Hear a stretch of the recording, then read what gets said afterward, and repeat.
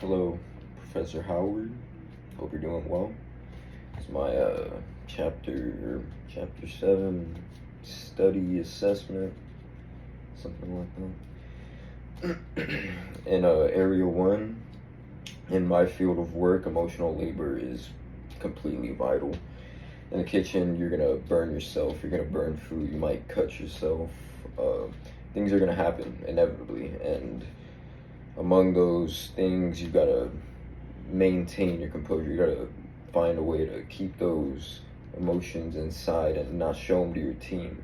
Because if you show them to your team, eventually people catch on.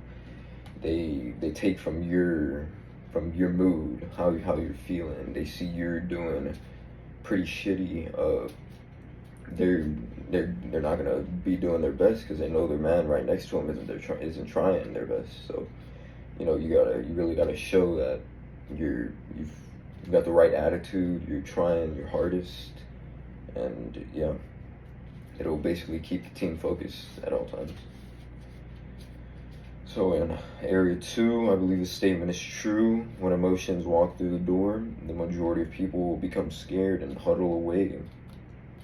It's important that we express our emotions more often so that we're able to truly understand each other and understand what we feel as people, not just what we see at face value. So in area 3, a person that I once knew went out with some friends and came back home speaking a bunch of nonsense and acting a fool, a little tipsy. I was very disappointed in that person. I had nothing to say. I had absolutely nothing to say to that person. So I just completely shut down for a few days. I couldn't speak to that person for a while. This caused a lot of awkward tension between us. In the same room, we would often have a lot to say, but we just never had, we just couldn't, because that one moment really stopped me from being able to communicate properly. In area 4, I was working 6 days a week. My muscles were hurting. I was on way too little sleep.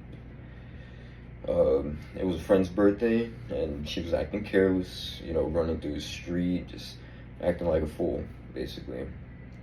And it completely set me off. It made me so angry that she couldn't take care of herself. I had to be the one taking care of her, and I may have said some hurtful things, and she was obviously upset, and I didn't speak for a while after that. In area 5, after watching the video, when Jankowski returns to the dugout, his teammates act like nothing just happened. This is an example of fiend apathy.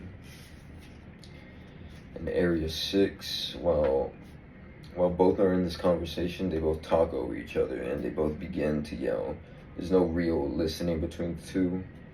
And when the son throws the chair and slams the door, this sets off the father. In return, he starts throwing stuff and yelling to express his emotions.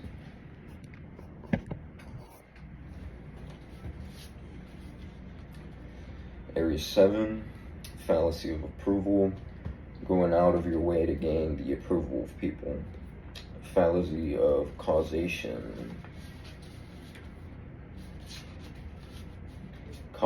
trying to predict the outcome of a conversation. Fallacy of overgeneralization, thinking something will happen every time because it happened once. Fallacy of perfection, thinking all communication should be perfect. And the fallacy of should, people should think and do the same as you. An example for overgeneralization, I think to myself after airballing the game-winning free throw, I airballed that shot so bad. Have I lost my touch? Am I even good at basketball anymore? An example of causation, I forgot to do my homework. Mr. Smith is going to be really disappointed. Example of approval, instead of heading to the party, I'm going to hold the door and greet everybody that comes in. fallacy of approval.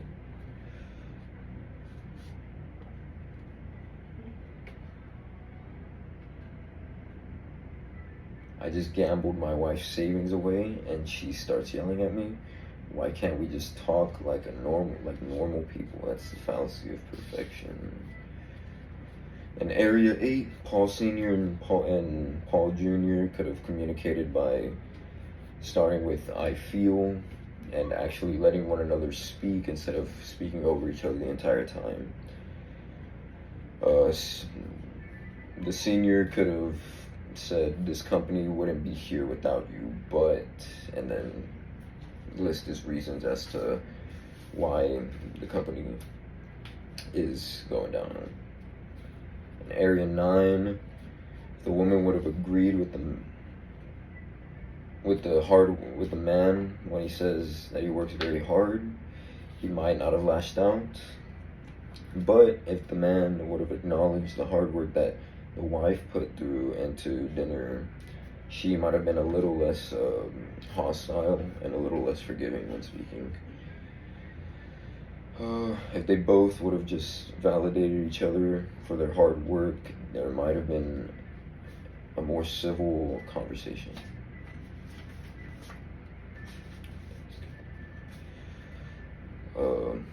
In Area 10, I strongly agree with the statement. Many times relationships struggle because it's just a battle of who has the biggest ego. Apologies are important after being hurt because it shows the other person cares or even regrets what they say. Not all. Bye. Thank you.